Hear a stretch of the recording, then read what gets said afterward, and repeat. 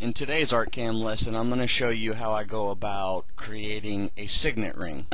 Now, as many of you know, there is a tutorial in the artcam Jewel Smith User's Guide starting on page 67 of a heart signet ring, which is good unless you decide that you're going to have different features on both sides of the ring. So what we're going to do is, first off, we got to create a new project. I'm just going to call this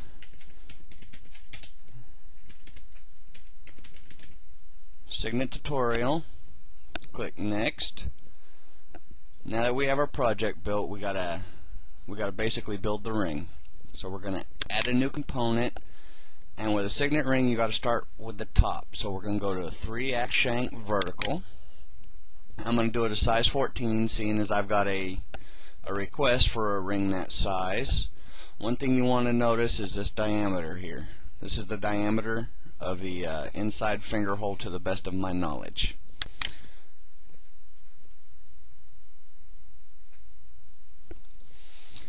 So when we create our 3-axis shank vertical, it gives us this layout. This is going to be the top of the ring. This is going to be the very edge sizes of the ring.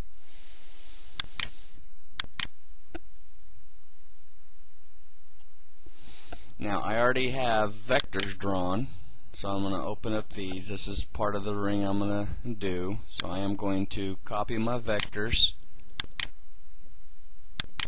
over into my project.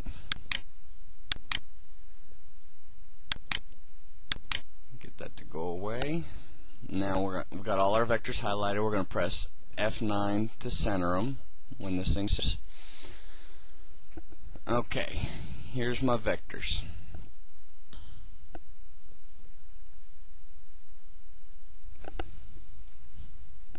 Now, one thing I don't have is my outside vector for the ring. So we're going to come over here. You see this one right here. So we're going to copy that into our project.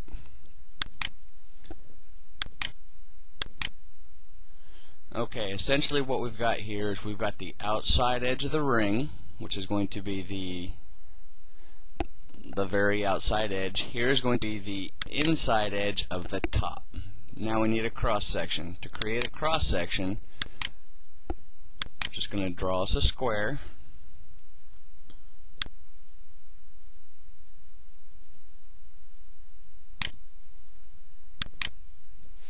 Now we need to edit this square. First thing we need to do that it does not say in the tutorial, so we'll go to Node Editing, press N, and let's remove this very bottom line so it's an open cross section, like so. Now we need to give it an angle, because we want an angle going from the top to the outside edge of the ring.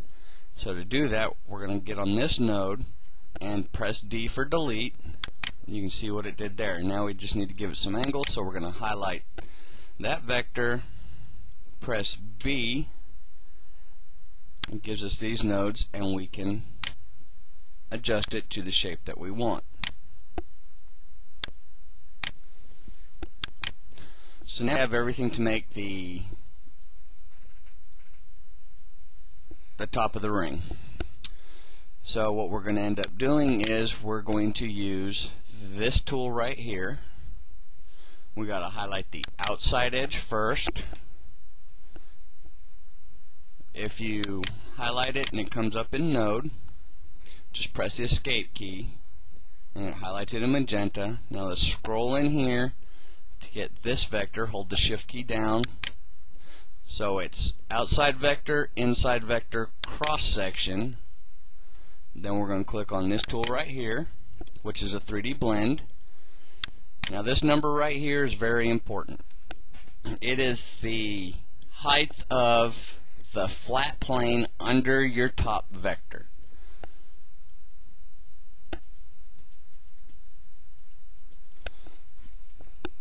So we know that our size 14 inside diameter is 23.1 millimeters. We're going to divide that by 2 because we're working from the center up, which gives us 11.58. So this number here is how many millimeters this flat plane is above the center. So we're going to choose 15.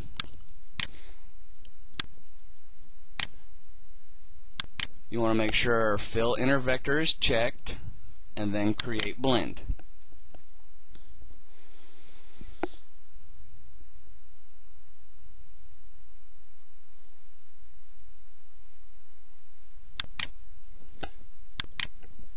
There you can see we have it. Go to our 3D view, and there it is.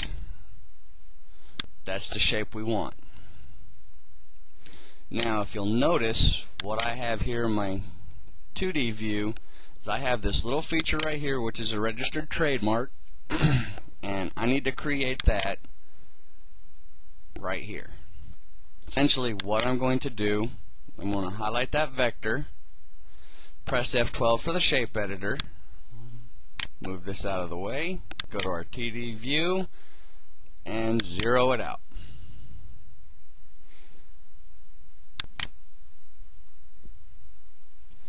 So that made us a hole straight through. Now I need to raise it up. So we know that we raised this surface 15 millimeters from the top, so I'm going to merge high,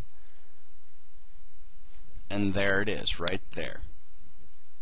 Now I am not going to put any of the features on the top of the ring, because if I do that, when I do the rotary pass, the tool path, we all know that when you machine, the bit machines straight down. Well, when you're doing your rotary pass and the fourth axis is rotating and the bit is going down, it's actually going to go down and machine this at an angle, so we're going to have a draft on all of these features. So I'm going to create the basic shape of the ring, run it in rotary, then I'm going to come back to this file, create everything I need here, then I'm going to highlight this vector here and create my toolpath for machining, which is going to machine everything from this vector inward. Hopefully that makes sense. So essentially, here we have the top of our signet ring. Now what we need to do is we need to add that to master. Tolerance 0.002.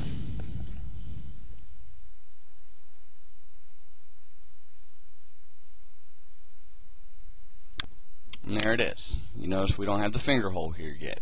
That's alright. Save the model.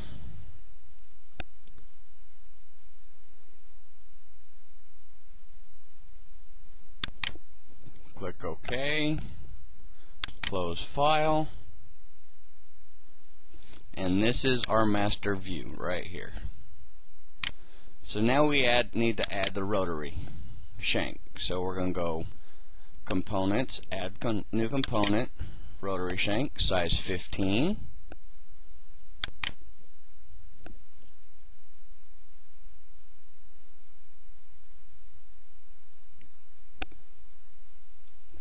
Wait for it to save.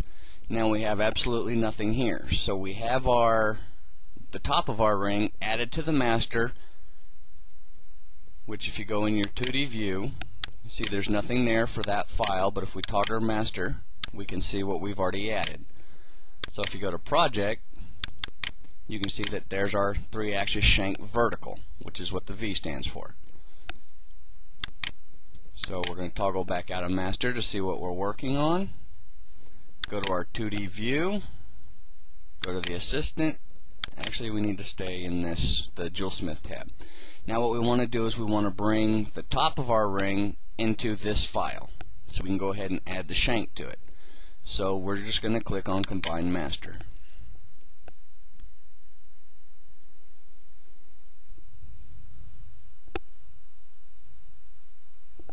What that's going to do is it's going to unwrap the top and bring it in.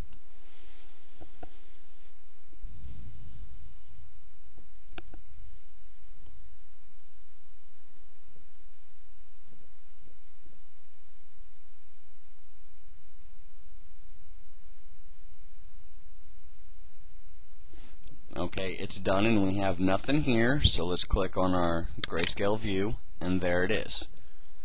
Now what we need to do is we need to extend the shank. So first thing I like to do is go ahead and get this out of the way. This is a rectangle. and I like to put it right about where this curve stops. So we're going to draw our rectangle. We're going to position it about where we want it. Now it needs to extend past this color here, because essentially what we want this vector to do is we want to be able to zero out all of this. Okay, now that we have that, we need to create two rails for a two-rail sweep. So we're just going to go click there. We want it to go, I want the bottom of this to be about 4 millimeters wide, and I like to extend it out. If you were working with different tolerances, you would keep that in mind. So we've got one rail there. Now what I like to do is I like to highlight that, and we need this to extend just a little bit past our rectangle, and I will show you why in a minute. So there's that. Now what I've always used to do is I used to just copy this one down here. We're going to mirror that to the bottom. One thing I need to show you is they don't line up, so you have to bring this one down a little bit. Then if you were working with tolerances, you would adjust the ends of your ring to match the width, because this one's going to be a little bit wider than that one. But for argument's sake, we're just going to leave it where it's at. Now one thing I used to do is I used to get ahead of myself, and if you just go in here, F12, and zero this out, the reason why I showed you that that needs to go out a little bit further is when you zero that out, a lot of times you're left with a little bit of a gap here. But we got ahead of ourselves, because now if we need to create a cross section, and if we go from here to there, from this point to this point, it's going to be a flat cross section because we zeroed the shank. So let's undo that. Now let's go ahead and create our cross section real quick.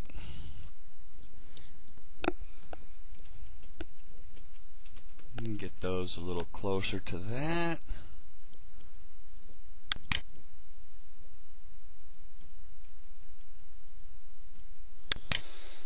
Okay, close.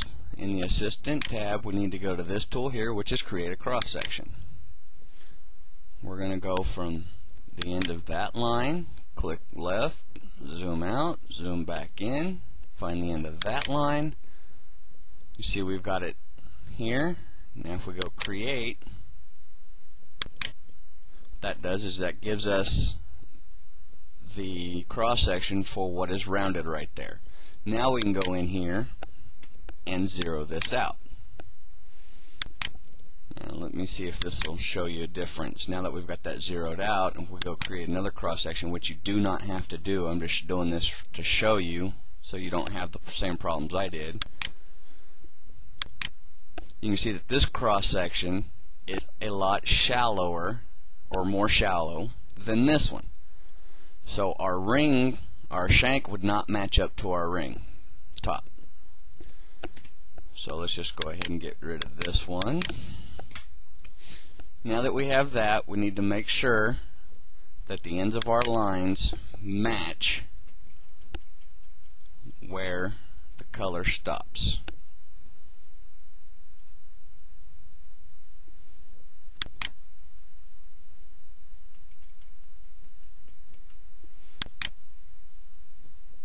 Now we need to do a two-rail sweep. So we're going to highlight the top rail, hold the Shift key down, highlight the bottom rail, highlight the cross section, go to Jewel Smith, and do a two-rail sweep. Everything selected, valid top rail, valid bottom rail. We have a cross section in here. So let's calculate on it.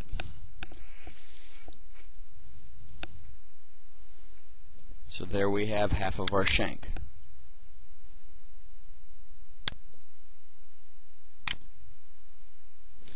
If you'll notice, we have a seam. That's okay.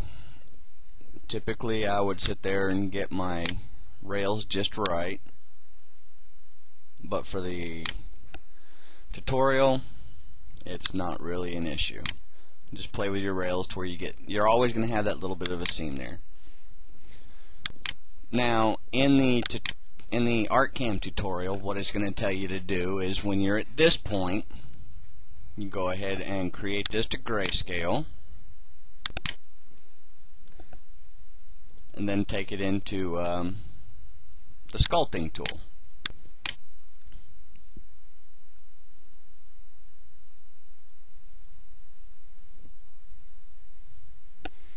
Zoom out a bit. We need to rotate this. As you can see here, we have a seam. And one thing they also tell you to do is we need to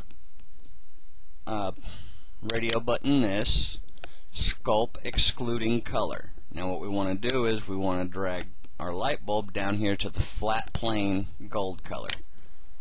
And what that tells us is anything that we do, it will not affect this flat plane. So we can go to our smooth tool and smooth out this seam.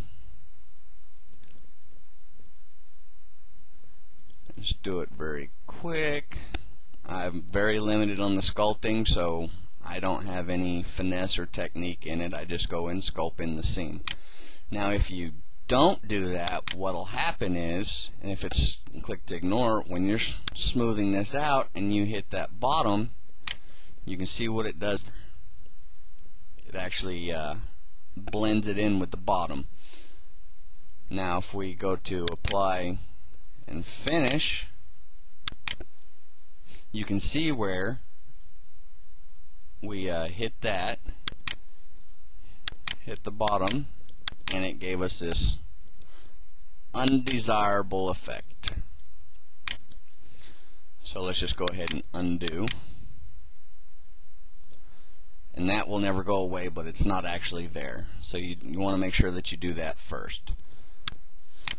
Okay, for argument's sake, we're going to say we have our seam smoothed out. Now in the tutorial, if you're working with a ring that is symmetrical from left to right, what it tells you to do is go and mirror the relief.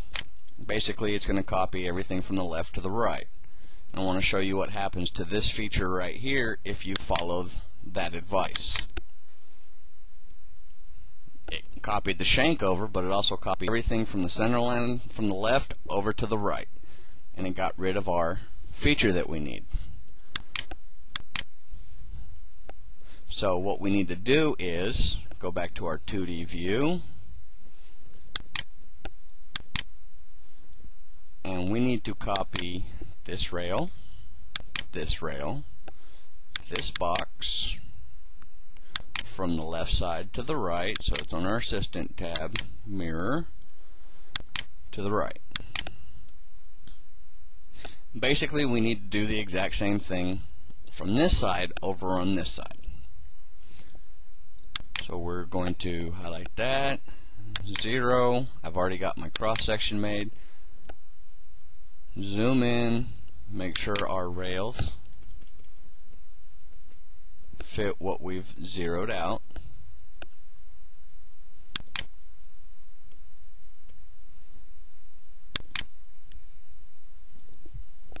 Toggle, hold shift key, bottom rail. Come over here, click on our cross section, Joel Smith folder tab, 2 rail sweep, and do it again.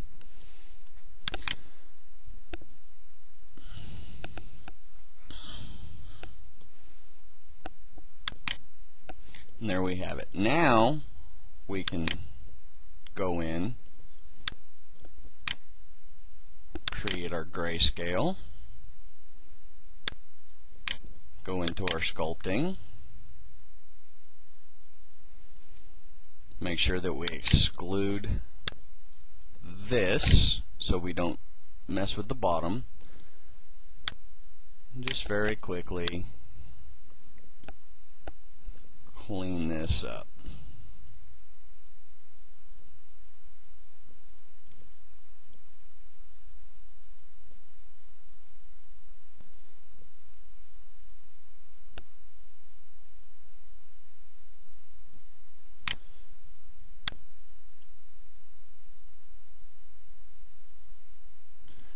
I said, I have no finesse to this, and typically I don't hardly even do this because when you cast a ring you've got to finish it anyway. So a couple swipes with the Fortum and that is all done.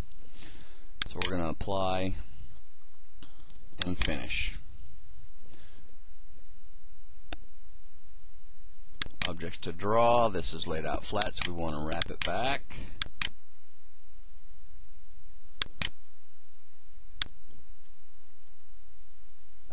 Now typically what I would do from here is I would go ahead and create my rotary toolpath.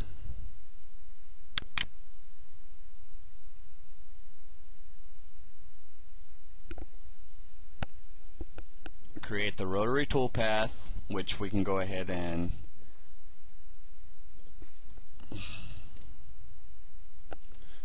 we need to draw a box around this.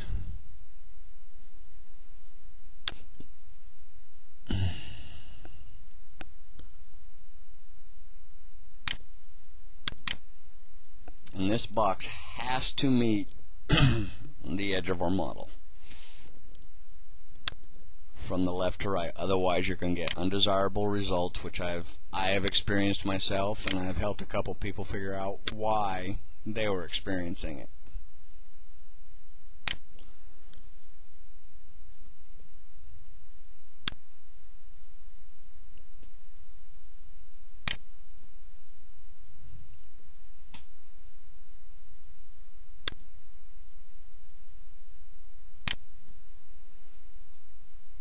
And this is going to be our boundary vector for the machining.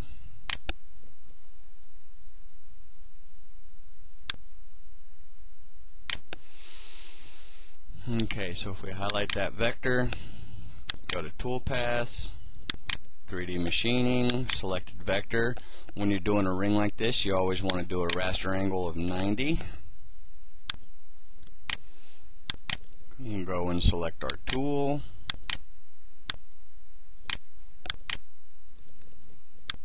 And calculate now, and you can see it create our toolpath.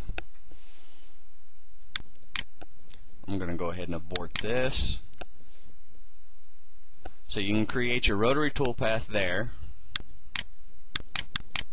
and run that first, and then we can go ahead and go back. Let's go ahead and just save our file. If you wanted to put anything on the sides, you would go ahead and put it on the sides and machine that while you're doing your rotary. You know, names, shields, badges, whatever features you want to put. Then when we have that machined, we need to put our top information or our top features in. So to do that, what we'll do is we'll close this current file, browse our project, and go back to our 3-axis shank vertical.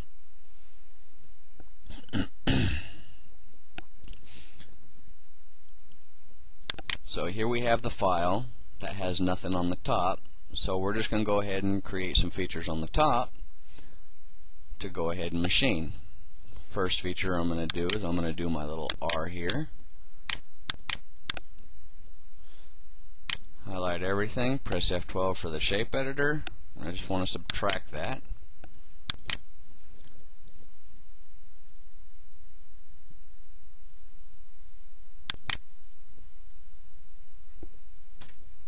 F12 that. We're going to just make this up as we go. Subtract that. We've got this here. Let's go look and see what we've got so far.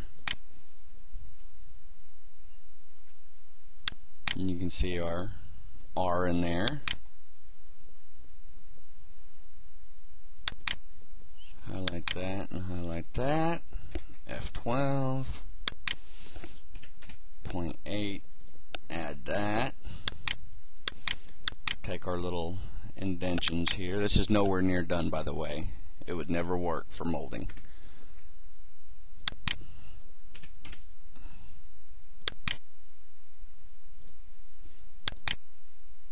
You can now see how I'm just going about building the top, and I'm just doing this really quick.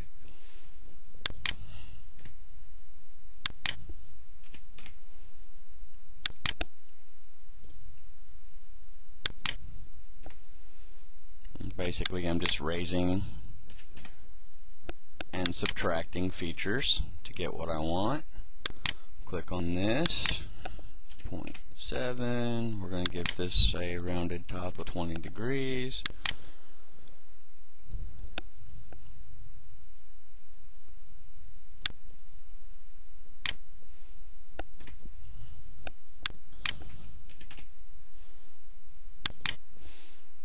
Alright, that's all I'm going to do for right now. So now we've got the top features, and I'm not worried about any of this garbage. That's just because my vectors were really close. But we've got this. Now we need to create a toolpath, and the reason why we want to do it on the 3-axis shank vertical is we need to make sure that when we run this toolpath that it goes to the top of this ring. And as you can see, this is the height that we needed to go up. Now, I thought to myself, well, why can't I just go ahead and do it on a flat, create my stuff, and then run it? Well, that's because it's going to try and go down to, 2 or 3, 4 millimeters above Z0, and we know that Z0 is way down here in the center of your ring. So to do that, we're just going to highlight our very outside vector, go to Toolpath, selected vector, so it's going to do everything inside there. And I always like to do the offset, starting from the inside, working out, conventional milling. Select my tool.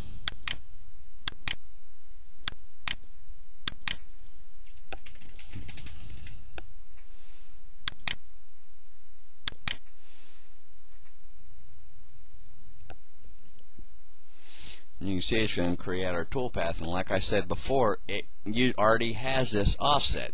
So when you're done doing the blank rotary and you've got your ring top set back up on A0 to where your top of your ring is straight up, you're already in X and Y0 because your toolpath from the rotary should have told it to go home.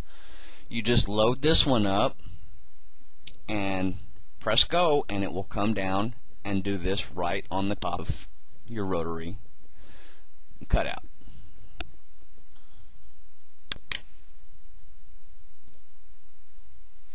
And that is going to conclude this tutorial. Thank you.